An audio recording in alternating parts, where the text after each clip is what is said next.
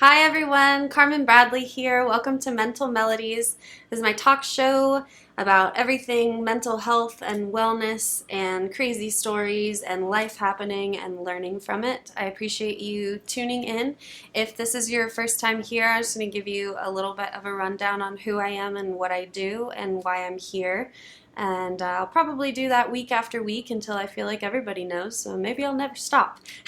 Like I said, my name is Carmyn Bradley. I am an actress, a singer, a model, a songwriter. I also want to be a comedian, but I'm working on that. That's a learning curve. In general, my life right now is just working through learning curves and dealing with the feeling of newness and of change, and it's very, very exciting. You know that this is just the third episode of this show, and it is just growing and helping me grow. And like I said, I'm just grateful that you're here listening to me. I was a teacher for 8 years. I taught in high schools in California and also here in Las Vegas for 4 years. And that's really how I kind of got a passion for mental health, is what I say. You know, we have these like stock things that we say. But what I did is that I was just observing mental health in schools and the mental health issues of my students and the ways that schools responded to it. And I was feeling very unsettled about all of that. Being behind the scenes, like as a teacher and on the other end, it's just very interesting to see how mental health is treated and how there just simply are not enough resources. And so my goal, which I was telling my director, I feel like this show is bigger than me, but for right now, with what control I have over it, my goal is to spread awareness for mental health and healing. And so I've talked in the last couple episodes about this kind of duality where there is a very real reality that people struggle with mental health, and people struggle with depression, and people struggle with anxiety, and people struggle with post-traumatic stress disorder, and I could go on and on and on and on and on down the list. And it is really important for people who do struggle with that to have a platform to speak about those things and to say honestly, like, I'm not doing well. So if you saw last week's episode, I was a little bit of a mess, but I talked about the importance of vulnerability. And as somebody who has been through a lot of those things, I feel, I don't know that it's my duty, but that's what's coming to my mind right now, to be honest about the things that I've gone through, because there are so many people that go through those things that don't have a platform to share. And something I mentioned before is that a lot of the issue is that families are not aware and don't know how to handle it, or don't know how to help, or just simply don't believe it or don't want to deal with it. And so that's an issue that I saw in schools a lot, where I might have been the only person that some of these students were struggling. I was the only person that they could come to. I have this vision of high schools around the world having a therapist in every class, or having one class that helps people learn how to manage their emotions. But that's simply not how schools work these days. It's happening. There are people going around teaching yoga to kids and stuff like that, but it is definitely not the norm. And so we just simply don't learn how to regulate our emotions. And what ends up happening is we develop these coping mechanisms, and that's really what mental illness is. Depression is a coping mechanism. It's a way for your body and your mind to handle whatever it is that, we'll say, triggered that depression. So like, for example, after my brother died, I was very, very depressed. There had been a lot of things building up into that point anyway, so my body's way of handling the trauma was to shut down, right? People who are depressed are not doing anything wrong. They're not lazy. Their body is just simply coping. And then you take all the different various mental illnesses, and what you realize is that all of them are coping mechanisms, right? And oftentimes what it boils down to is control. So a good example I have of that is eating disorders. And I've mentioned in the last couple of weeks that I've struggled with that. And that is a lifelong struggle. And so, yeah, eating disorders are about control, and OCD is about control. So what happens is you have things as a child that you are not in control of, and so you start to pinpoint things that you can control, and whatever messages you're receiving from your friends, from society, whatever, that kind of affects what it is that you end up developing. So like as a woman and as an athlete and growing up as a girl, there were a lot of messages about my body that I was receiving, and I internalized those messages and without being aware responded. And I want to emphasize that I wasn't responding from a state of awareness, right? Like me right now, I can recognize what it is that I do, how I react, what I want, and then I can choose, like on a very minute level, how I act, how I respond to somebody. I'm feeling a certain type of way, I can control how I respond. When we're kids and when we're teenagers, we simply do not have that. Now, that's something that could be taught, especially to teenagers, but usually you go through the first couple decades of your life on kind of like autopilot, right? So a lot of these things develop and you weren't in control of them developing. So that's why I go back to that example of depression. A lot of people get blamed for depression, but they shouldn't. The flip side of that coin, right, is that when you do start to bring awareness to your, we'll call them issues. I don't know why I don't like that word today, but your struggles, right? Genuine struggles. Once you bring awareness to them and you recognize that you have control, then that's the point where it's like, it's your responsibility, right? Because you can sink back into it, or you can begin to develop different coping mechanisms. So like I said, the mental illnesses are coping mechanisms that, like I said, you don't have control over. They just kind of develop. But you can change them and you can shift them, but that is like a lifelong process. So something I was saying last week is that I don't want to come on here and give you tips to fix things and then have anybody be upset because it doesn't get fixed after 2 days of setting an intention or 2 days of going to the gym and trying to take care of your body or whatever. It's not like an easy fix. And that's really, really important. And it's more about making a decision. Like you wake up one day and you make a decision that you want to feel a certain type of way.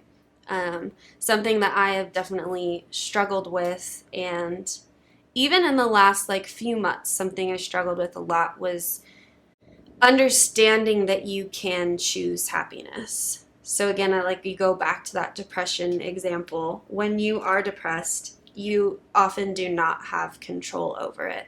There are theories that you have an imbalance in your brain and therefore you'll always have it and you won't be in control over it. I disagree with that as somebody who's had depression and all these various different things. I think you can have a chemical imbalance in your brain, yes, but I don't think that it's permanent. Now, I've said before, I'm not on here as a therapist. I'm not on here as somebody with a PhD because I don't have one. So go do your own research, develop your own opinions. But I think that oftentimes people need to say stuff that's different from what you hear, from what the norm is, because that's the only way that your brain can start to figure out what it is that you believe about yourself or what you believe about your own healing journey. So if you are taking the word of people who say it's just an imbalance in your brain and you can't heal, then there's a part of you that's going to lean into that and maybe not even want to heal, because there's a part of us that's often attached to our illnesses.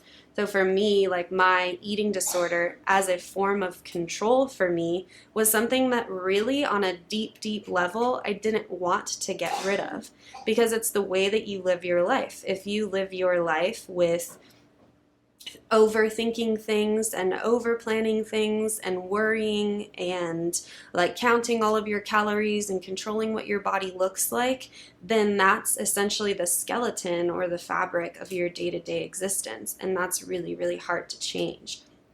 So to change something that is almost tied to your identity is really, really hard. So like I said, I think it's just important for me to throw things out there that are different from ordinary beliefs, because that's the only way that other people are going to hear them and then wonder, maybe there is a different choice that I can make. So going back to that thing I was struggling with positivity, I believe that it is a choice, and I see this a lot on like social media. There's a lot of accounts out there that are like preaching the type of stuff that I am talking about, and I do get a lot of my ideas from social media, and I think it's a very valuable tool, but it just depends on how often you use it, XYZ, but also like what you're following, you know? So like what you listen to, what you hear, what you see. They say you are what you eat, but you are everything that you take in, and we can have control over that. And I think going back to my ultimate goal for this, like my goal for everybody is to feel autonomous. I want you to feel like in control of your life. And essentially being in a state of mental illness is being in a state of not being in control. It's like the opposite of what you want to do. So when you're depressed and you hear that you can choose to be happy, that can be very unsettling. Like there were times in my life when I would be pretty upset if somebody told me that, because there were times in my life when I was agoraphobic and I didn't want to get out of the house and stuff like that.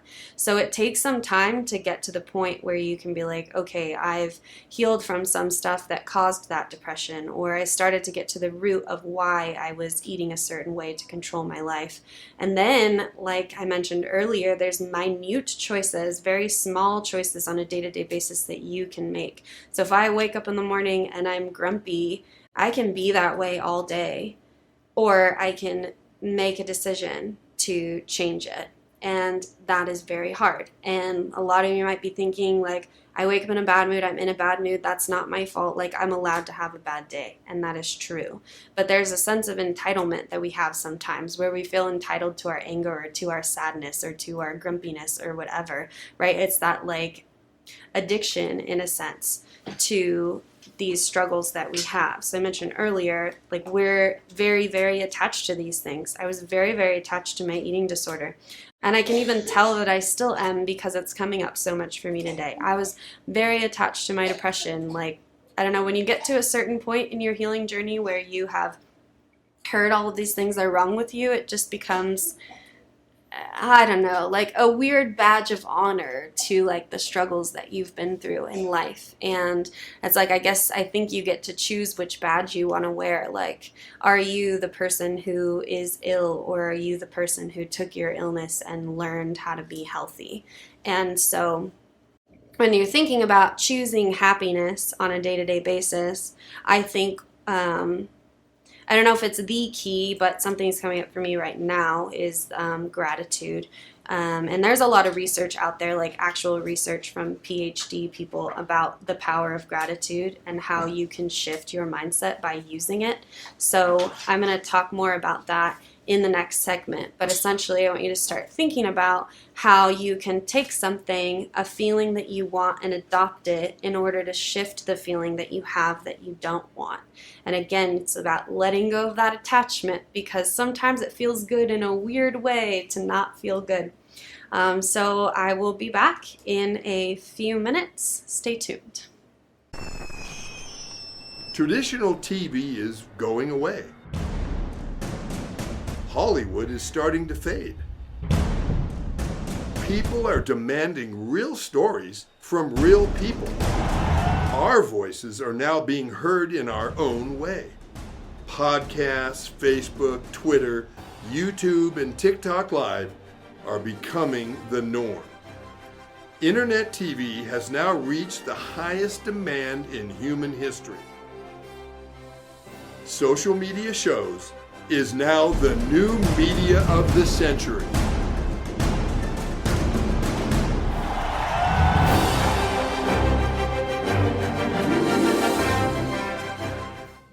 Hello, everyone. This is Joseph Skoda with Social Media Shows. Well, I thank all of you for your support through these last several years, and it's been a lot of fun. We've given people a voice they never had before. Now, Social Media Shows is always collaborating with our veterans to help them do things and help out the veterans who are struggling today. And we teamed up with GI Connections, connecting veterans with resources. So please consider helping and donating to this great cause, because we're always doing things for veterans. So GI Connections, Social Media Shows, and you is what makes the world a better place. Once again, Joseph Skoda, proud United States Air Force veteran.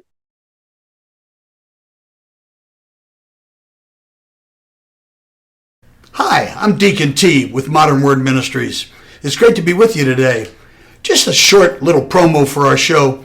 Every Sunday morning we have service, and you can follow us at 10 a.m. Pacific Time on modernwordministries.org.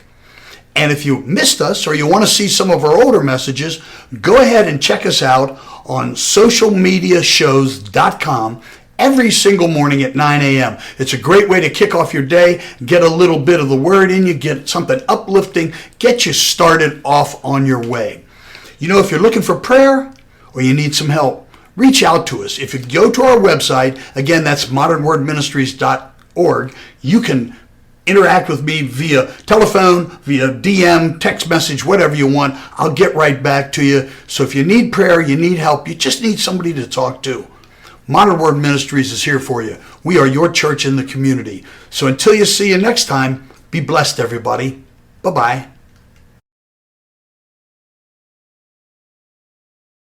Hi, welcome back. Carmynn Bradley here with Mental Melodies. I was just giving you a rundown on gratitude and how to shift your mindset from essentially negativity to positivity. And this is something that you can do even if you're not struggling with what could be classified as a mental illness. Even if it's just something that you want to change about your life. I'm thinking about a book I used to read with my seniors in high school called The Happiness Project. And she says in her first couple chapters, Gretchen Rubin is the author, that she wasn't struggling with depression or anything. She just kind of had this feeling that there was something missing and that she wanted to find out how to be happy within the midst of her own life. And in fact, I think this is a really good point because not everybody has the freedom to go on some kind of journey. Like not everybody has the money or the time to maybe go to a spiritual place and be with a spiritual leader and uncover childhood trauma, take a month off, come back to life, feel a lot better. Most of us have to figure out how to feel better from within the parameters of our daily life and the jobs that we have and all of that. I mentioned last week, I think, about how it's really, really hard to heal when you're in that hamster wheel where you're just going and going and going and getting up and going to work. So the beauty of this book, again, it's called The Happiness Project by Gretchen Rubin. She just made a commitment to herself for a whole year, she picked things to focus on to make herself happier. So she focused on things like relationships and her relationship to finances as well, and the things that she was doing to make herself feel healthier and all of these things. And so when I talk about making little shifts, like finding gratitude in order to shift your attitude, I'm going to put that in a song. Oh man, my hilariousness made me lose my spot. But anyway, taking these little tips like gratitude in order to shift it is something that you can do, like I said, without having a major mental illness and without going on some type of spiritual journey. And it's really just about making that decision. So obviously, like letting go of those attachments I've been mentioning is really, really, really, really hard. And I want to like stress the importance of that I'm not telling anybody who's depressed or going through post-traumatic flashbacks that you can just wake up one day and be happy. There are very real situations and mental plagues even that are much harder than that to overcome. But I like to just, especially since it's the third episode, like just kind of give an overview of some tips, because most of the time you read a book or you watch a podcast and there's just one thing that you need from it. Like I listened to a podcast over the summer. I mentioned in the last couple weeks that I was like going through a big old dramatic breakup over the summer, and I had just kind of shifted at the beginning of the year to focusing on my career as a performer. And so there was a time when I was really struggling and I was kind of stuck in this moment, big moment, month-long moment of feeling really sad and really depressed. But I gave myself the time to feel that way, which is another thing that is important.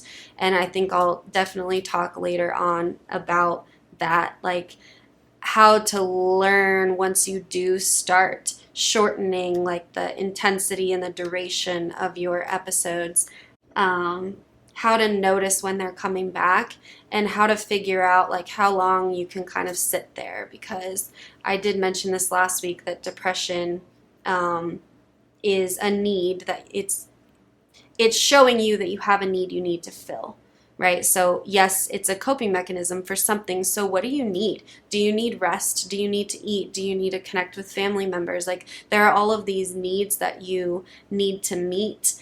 And sometimes the only reason you're not doing well is simply because you're not meeting those needs. So then how do you figure out what you need when you're not in tune with them? That's like a whole thing.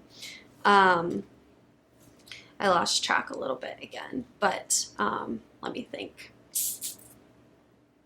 So I've been thinking about, let's go here. So with intentions is something that I've been mentioning the last few weeks. It's kind of like a brain trick. And so if we've been talking about changing your mindset and healing and all of that and all these little tricks. So gratitude is like an intention that you can set, and you can choose something positive. So if you've been following the Instagram, I've been posting some words every day. Things happen kind of passively and almost magically, like once you decide to make a change. So I remember where I was at. I was talking about gleaning things from podcasts or books that you read. And so there was this podcast. It wasn't a podcast, it was a book, Atomic Habits, another book. I didn't finish that one, but I hear great things about it. But the point I was making is that I was in this moment where I knew I needed to give myself time to feel sad. If I didn't give myself time to feel sad, it would boil up inside of me, and that leads to physical issues. If you're somebody who doesn't deal with your emotions and you're feeling sick or bloated or your joints hurt, probably because you didn't deal with your emotions and they now live inside of your body. Newsflash, PSA, deal with your emotions. So there is time that you can give yourself to feel sad. I'm not saying in this spiel about positivity, choose positivity and be positive, and that's the only option. Toxic positivity is a thing, if you've heard about it, right? It's like the people who are always trying to be cheerleaders even when you're feeling sad. If you're going through something big, if you're going through grief, you're going to feel sad. That's natural. But there's always a moment, I think, and I'm learning more and more how to recognize those moments. But there's a moment where it's time. It's like, okay, it's time for me to get up and move forward. And what I had done during that month is, even though I was like sleeping a lot and crying a lot and really just like embracing this big change and grieving, I also got up every single day and did at least one thing to move my career forward. One thing. And I didn't have the energy to do more than one thing on most days or to do big things. And I spent a lot of time with friends back then. And these were all things that I was doing to like take care of myself. But there is a moment, I think, that people are told to do something, like to make a big change, leave a relationship, leave a job, just simply get up and do something different. And I think that we miss that call sometimes, maybe. Maybe a lot of people just don't know how to listen to it, or they get that voice, but then they also get the voice of fear, so they end up just staying. And the song I'm going to sing at the end of the episode is kind of about that, and about how we get pushed to make changes. And if we're really supposed to make that change, like the voices telling us to make that change will get louder and louder and louder, and the signs to leave will get bigger and bigger and bigger. And so that's where that like responsibility comes in. Like if you're being told to do something and you're not doing it, then essentially you're the one who's making it so that things are worse for yourself. And it comes down to like choosing your hard in a way, right? So like there's the two sides of that coin, and I keep using depression today because it just feels very, I don't know, applicable. Like depression is when you're kind of sunk under. It feels kind of like there's like a ceiling over you and you can't get out, and that can be very, very debilitating.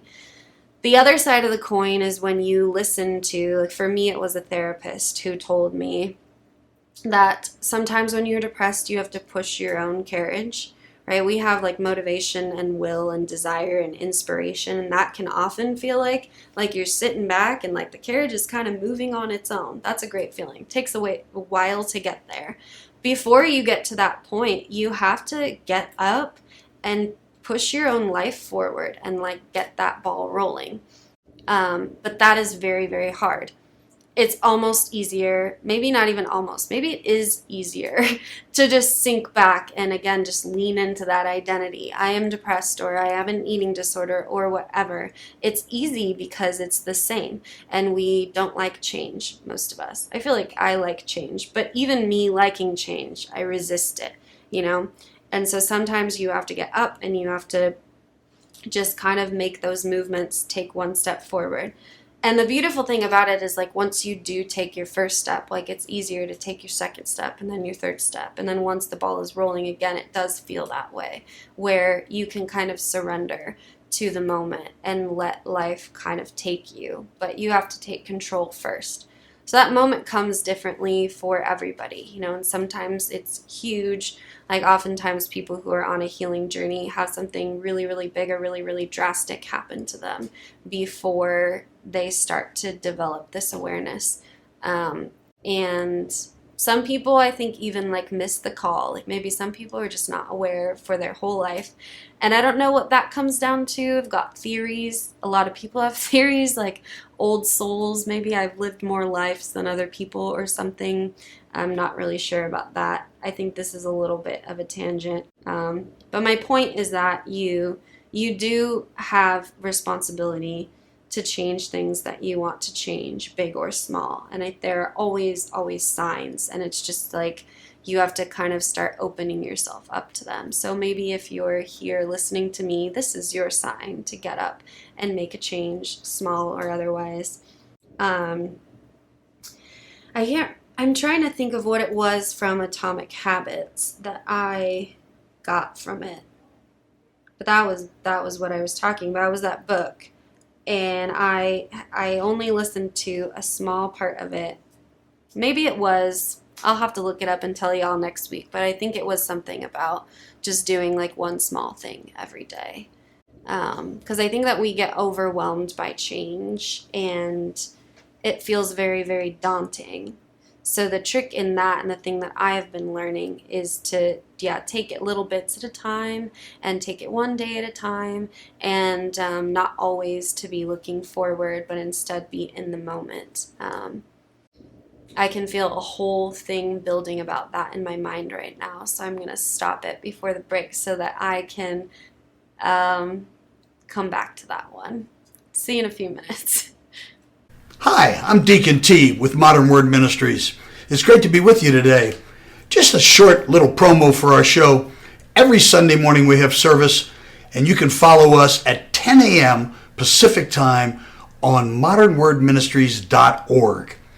And if you missed us or you want to see some of our older messages, go ahead and check us out on socialmediashows.com every single morning at 9 a.m. It's a great way to kick off your day, get a little bit of the word in you, get something uplifting, get you started off on your way. You know, if you're looking for prayer or you need some help, reach out to us. If you go to our website, again, that's modernwordministries.org, you can interact with me via telephone, via DM, text message, whatever you want. I'll get right back to you. So if you need prayer, you need help, you just need somebody to talk to, Modern Word Ministries is here for you. We are your church in the community. So until you see you next time, be blessed, everybody. Bye-bye.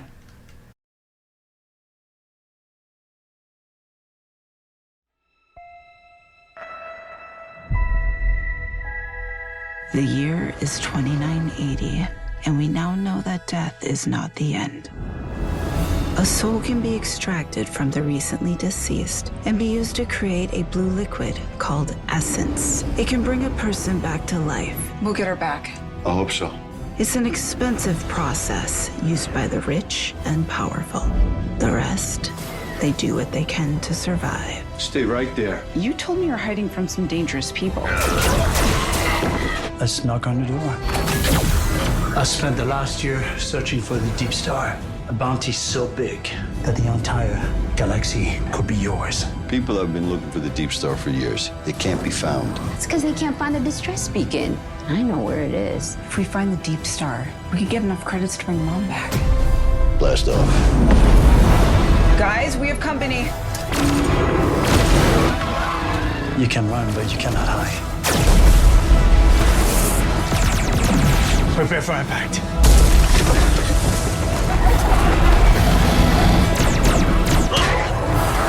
I am now authorized to take action.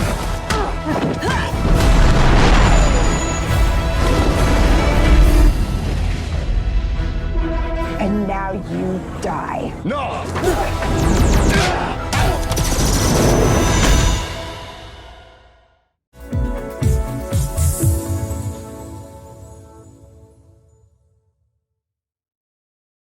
It's a tough market. We get it. Home inventory is at an all-time low. It's a seller's market, and cash buyers have the advantage. Recently, cash buyers made up more than a quarter of all home purchases. But we have the solution. New American Funding's Buyer Accepted program allows your buyers to compete with all cash offers by becoming cash buyers themselves. Here's how it works. Buyer Accepted LLC, an affiliated company of New American Funding, will purchase your buyer's new home with cash and sell it back to them for the original purchase price, plus a fee that can be added to the purchase of the home once they secure mortgage financing with New American Funding. The best part is that they don't need to sell their current home first. This is a true cash offer. Clients who use our Buyer Accepted program can secure financing using a conventional loan and even VA. Plus, there are no fees for agents and no sacrificing commissions. Buyer Accepted even offers a free 1-hour certification course that will make you the expert. You want to close more deals and help more clients? New American Funding's Buyer Accepted program is the answer.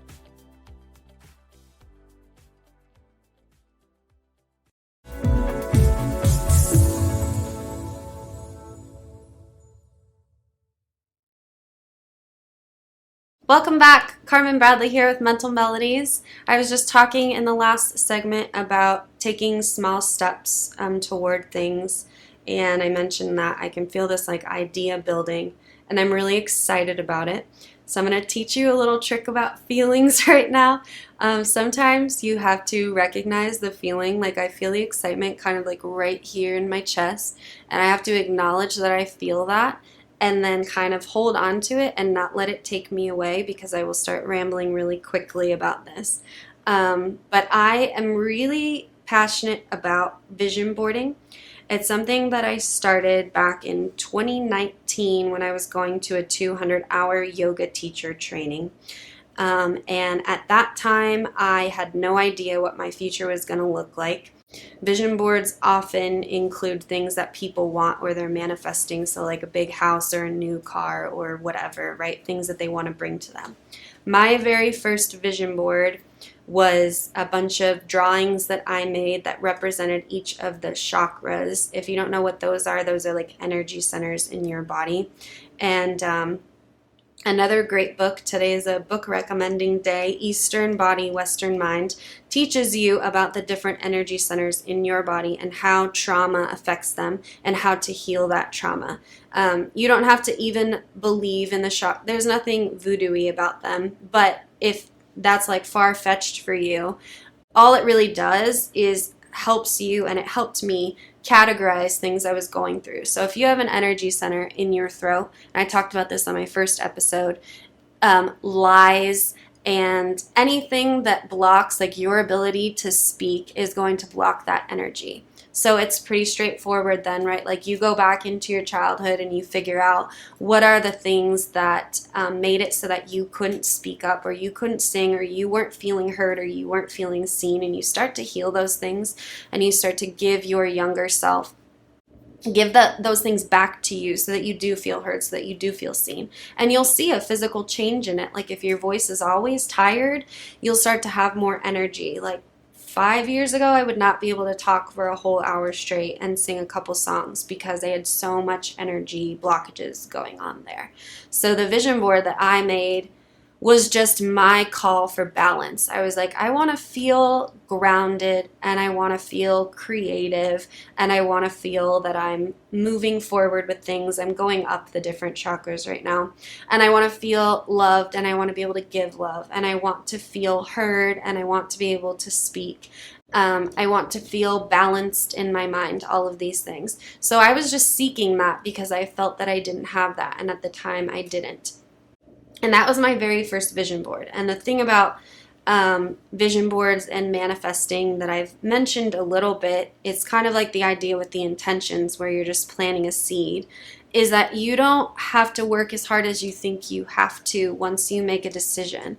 And if you're really, really choosing, like, I am going to create balance for myself, it will start happening and opportunities will start to come to you so that you can take advantage of the things that you want. So I asked for balance and I started to get it. And I was teaching yoga and I was learning about health and I was figuring out how to enjoy my food instead of controlling my food. And those were all things that I'm still learning, but my first year of vision boarding was really all about that and just finding balance. And like I said, I had no idea where I was going. I had no idea I would be here, but I did know that I was in this precipice. It's actually pretty cool when I think about it, because the first painting I did on that vision board was like me walking through a tunnel, and I had just gone to those tunnels over by Lake Mead, and I could just feel that I was in that point in my life where I was walking through a tunnel and I was leaving a lot of things behind.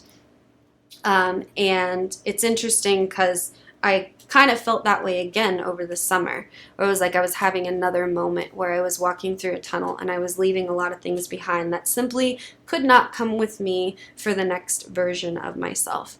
My vision board for the year of 2020 after that was a little more specific, and I planned things out. What I started to see was that I wanted to do a lot of things and I was making a lot of promises to myself that I wasn't keeping. I'd always wanted to write a book, and I always wanted to run a marathon, and I wanted to heal from my eating disorder and all of these things, and I would sit back and wish for them and not do anything about it, right? So going back to that, sometimes you have to push your own carriage. I had to figure out what action I needed to take in order to do it. So I wrote a very terrible book, but I wrote a whole book in a month because I signed up for that thing, and I would get up really, really early, and I would just write and write and write until I hit my word count. And I started proving to myself that I could do these things. So when I was training for a marathon, I was just running 6 miles, 10 miles, 13 miles. I made it to 20 miles. I didn't finish the marathon, but I did prove to myself that I could run more miles than I ever had, that I could get out and make a commitment to myself and finish that commitment. And that energy from that time in my life is huge for me. One of the lines in the song I'm going to sing later is, you have to take the good and leave the bad sometimes. So, we walk through those tunnels, we let go of the stuff we don't want, but we can take with us the stuff from versions of ourselves in the past that are positive. There were times when I wasn't doing well, that I, for a while would just want to forget, please don't ask me about when I was 25 or whatever. But when I look back, there are a lot of positive things that maybe I've always had in me, or maybe I had as a response to certain things that I do want to keep. And you're allowed to do that, to look back at past versions of yourself and maybe forgive things that you didn't appreciate or didn't like about what you did or whatever. Forgive that, no shame, and then take the stuff that made you strong at that point and move forward with it. So back in 2020, there were all these things that I was asking of myself. I don't try to run marathons anymore. I'm not even writing books anymore, but that energy that I had then helps me now when I need to sit down and finish a song, because my brain has learned that I can commit to something. I can say that I have a project and I can sit down and do it. And that's so very, very hard for people as somebody with I'll call it an ADHD brain. That's the buzzword for a lot of me and my friends, artists, right? It's so hard to sit down and finish a project. But I think that can be a crutch. Don't hit me. But I believe ADHD can be healed. And this is something that, like most people don't agree with me on that, because ADHD is one of the mental illnesses that actually there's like a blood test for. And so there's this like, well, I can't change it because it's biology and because I was born with it. And that is true, maybe true, whatever, who knows? Everything in the world is theory. But even if you had ADHD as a kid and you were one of those ones bouncing around on the walls and like procrastinate all the time, there are tricks that you can teach yourself as an adult. And neuroscience, I believe, will tell you, again, as somebody who didn't go get her PhD, anyway, I believe that neuroscience will tell you that you can change synapses in your brain. If you can go for 20 years being addicted to drugs and destroy parts of your brain and recover from that, then I think that you can recover from something even if you were born with it. But anyway, sue me. But I did that for myself, and I think that I am living, walking proof that you can do that, because I used to be somebody who, like I said, had all these things I wanted to do, and A, I couldn't pick what to do first, or B, it was just too daunting that I didn't know how to get started. So something my roommate and I were talking about the other day is that the trick to heal yourself from ADHD, or whatever we'll call it, I'll figure out what to say in further episodes about this, but it's to decide what matters most. And I do think that Atomic Habits addresses this as well, if you want to read a book or listen to it about it, that you have so many different things and we often can't figure out how to sift through them and decide what's important. So we just sit back and get overwhelmed. That's like a common occurrence for people with ADHD, right? Like there's just so many things, I just won't do any of them. And that's like what leads to procrastination. But once you start to really realize like what it is you have to do, like if you have something like I do on a Tuesday you have to prep for, and you notice that you are only doing it on Mondays or whatever, you at least know in your head, this is something I always get done because I have to, because it's on a Tuesday, so that's on my priority list. But there might be a bunch of different things on your list that really shouldn't be there, but we're attached to. Blah, blah, blah. There's like so many things I could say about this, but going back to that feeling I mentioned of that, like, that not even just the feeling I had of that excitement, but that feeling of like that discomfort of change or like newness. You can use that same trick when you're sitting down to a project that's overwhelming. Just notice, like, I'm feeling overwhelmed right now. That's a feeling. That is not a fact. That is not who you are. That is not something that has to control you every single time you sit down to do something. It is a feeling that's separate from you. This is something like we talk about in yoga, where you figure out that you are underneath all of it, whatever it is. Maybe it's just your brain, maybe it's a soul, but you are not the thoughts in your head, and you are not the feelings in your body, and you're not even your body. And when you figure that out and you believe it, and you can take a step back from your feelings, then you can start to control them again. So everything's coming back to that, like pushing your own carriage, right? If your carriage is being drawn by feelings of overwhelm and fear and I'm not good enough and beliefs that you have that are limiting you, then you're never going to be able to do the things that you say you want to do. But if you recognize that it's a feeling and decide, like, that's not what I want to guide me today. I want to be guided by like this vision of a version of myself that can finish things. Then you sit down and you start. And you keep going until you're done. And it's that simple, the end. Just kidding. It's not that simple. But in a way it is, and it becomes more and more simple over time. And so, like, I think back to my year 2020, that was like essentially an experiment for me. And I didn't realize that it was prepping me for this time, but it was. Every mile that I ran, every page that I wrote was in preparation for this time, where now, like, I can sit down and write a song. When I was in New York over the summer for IMTA, it's this big like acting, modeling, singing competition. I was sitting in on a Q&A, I guess you would call it, with a bunch of like music producers, and they were talking about that a lot of the thing that holds people back from writing music, which is just like an example I'm using here, is simply that they don't know how to judge like if their work is good. who knows, if it's good or if I write good melodies or if my music is okay. And at the end of the day, what we came to a conclusion about in that conversation was that didn't matter, and that all of those questions are part of that doubt. All you have to do is do it, write it, put it out there, sing it. If you're writing songs over and over again, they will get better, right? I was running miles over and over again. I got faster. I got stronger. So it's about sitting with that feeling at the very beginning and, again, choosing, is this the feeling that I want to guide me? I don't want to be guided by fear or guilt or regret or anything like that. I want to be guided by, hope and motivation and all of these other things.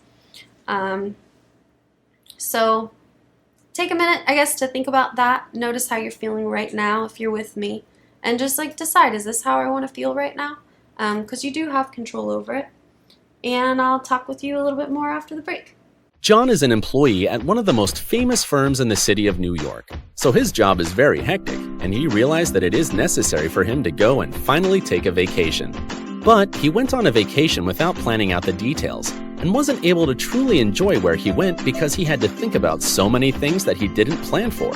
Instead of enjoying his time away from work, he came back with more stress that he was not able to take full advantage of his vacation. But this year, a coworker suggested him to try World Ventures this time to make his vacationing more enjoyable and less stressful. They do not require you to plan anything outside of your transportation, which is also available at discounted rates. Your stay, your transport, and many meals are planned by the club. John liked the idea very much. He tries World Ventures, and his experience with the club was amazing, as he made many friends there with whom he had a great time. John recommends that everyone should try this club, as they are the best in business.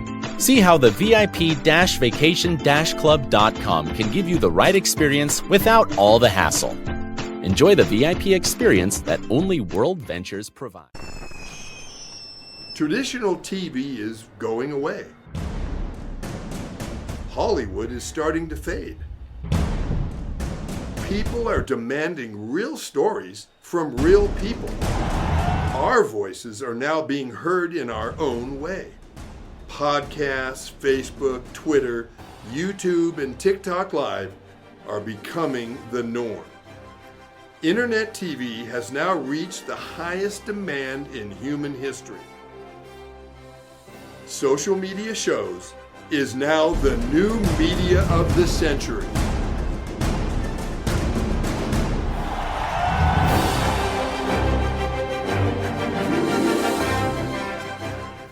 Got Films is a full-service production company that provides motion picture quality content and production services for use in the film and TV industry. Looking for a seasoned crew, high-quality equipment, or other production services for your film, TV, commercial, corporate convention, sports, news, or interview project? Your search stops here. Some of our projects include NASCAR, American Restoration, Pawn Stars, Counting Cars, Top Chef, BattleBots, Forge and Fire, and Street Outlaws. We have also produced over 60 feature films and documentaries. We're ready for all your needs. Whatever your project, whatever your budget, big or small, Got Films got you. GotFilms.com. Welcome back. Carmynn Bradley here with Mental Melodies. Before I sing, I guess I just wanted to recap a little bit because I know I was talking about vision boards and I went deeply into my 2020 boards. So I know in future episodes I could talk more about future years. But the point I was trying to make again was just that you're planting things.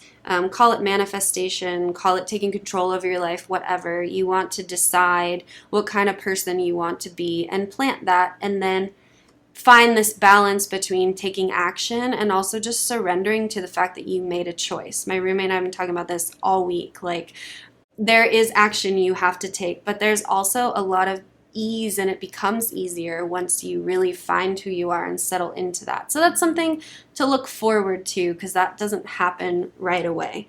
But obviously one of the tricks that we've learned today that's really important is just to find that call or that feeling and just notice what's driving you and then make a decision to decide what's driving you.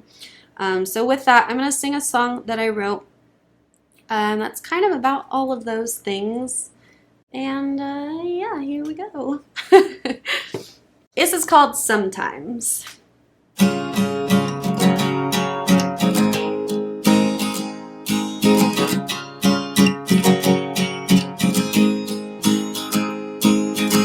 Sometimes you find a way to run. Sometimes you find a way to hide. Sometimes you find a way to get away from everyone. From everyone. Yeah. Sometimes you force things and most times you shouldn't. Sometimes you have to say goodbye. Sometimes you have to take the good and leave the bad and just leave everyone behind. Leave everyone behind. Yeah. Sometimes you're told louder and louder. Sometimes you're pushed harder and harder.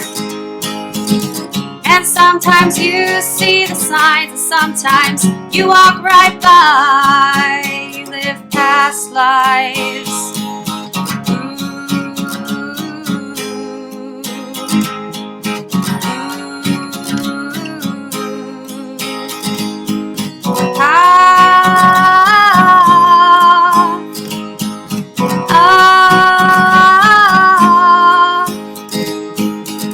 Sometimes you find a way to stay,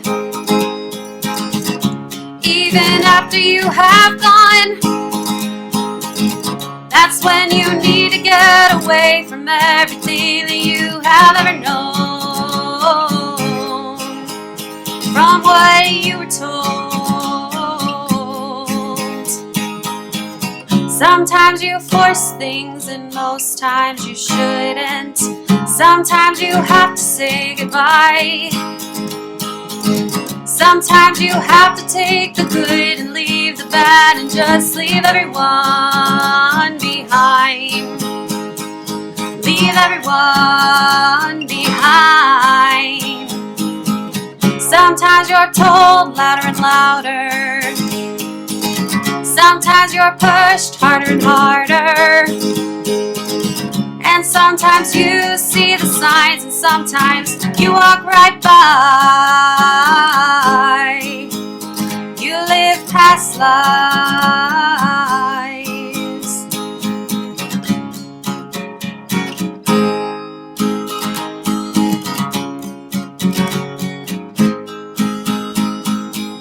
Sometimes.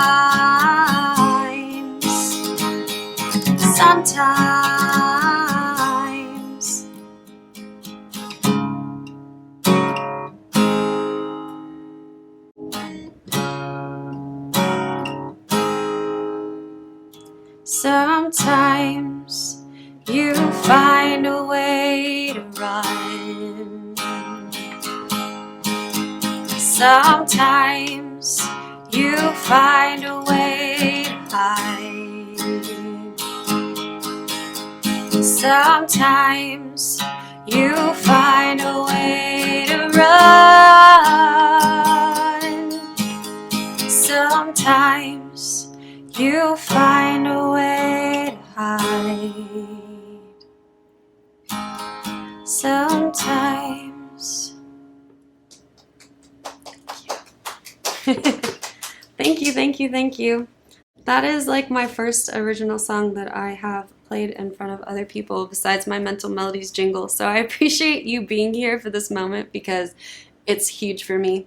Yeah, and a lot of the stuff in there, I don't know if it's like self-explanatory, but I'm hoping that a lot of the lines kind of like spoke to you and maybe took some of the stuff that I was talking about today and kind of put it full circle.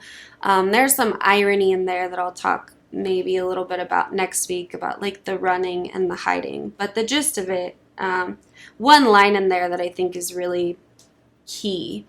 I said, sometimes you find a way to stay even after you have gone.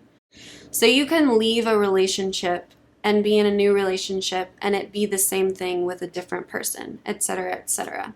So you can leave, you can move, you can go across the state, but ultimately, if you don't make those changes within yourself, it's going to be the same thing, no matter what. And so that's kind of the takeaway, I guess, from today, is that on those very small, minute levels, like the change that you want to make is about day-to-day, very small choices, not controlling your emotions, but choosing how to respond to them, right? And deciding like who you want to be and planting those seeds. So with that, my name is Carmynn Bradley. You can find me as Carmynn Bradley on Facebook, Carmynn_Bradley on Instagram. I also have an Instagram for this show, Mental Melodies Talk Show, that I'm building. But a lot of the stuff on the show you'll see obviously on the social media show's TV account, and then on my personal Carmynn Bradley account. If you want to collaborate with me, if you need an actress or a model, voiceover, let me know.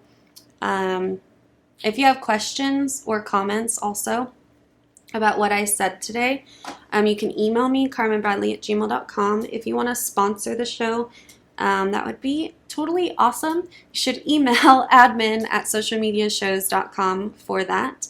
And I just appreciate you being here. I'm going to shout out the 3 books I mentioned today if you're interested in reading them. Atomic Habits.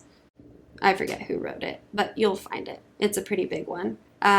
Happiness Project by Gretchen Rubin, and also Eastern Body, Western Mind, which I talked about for a second.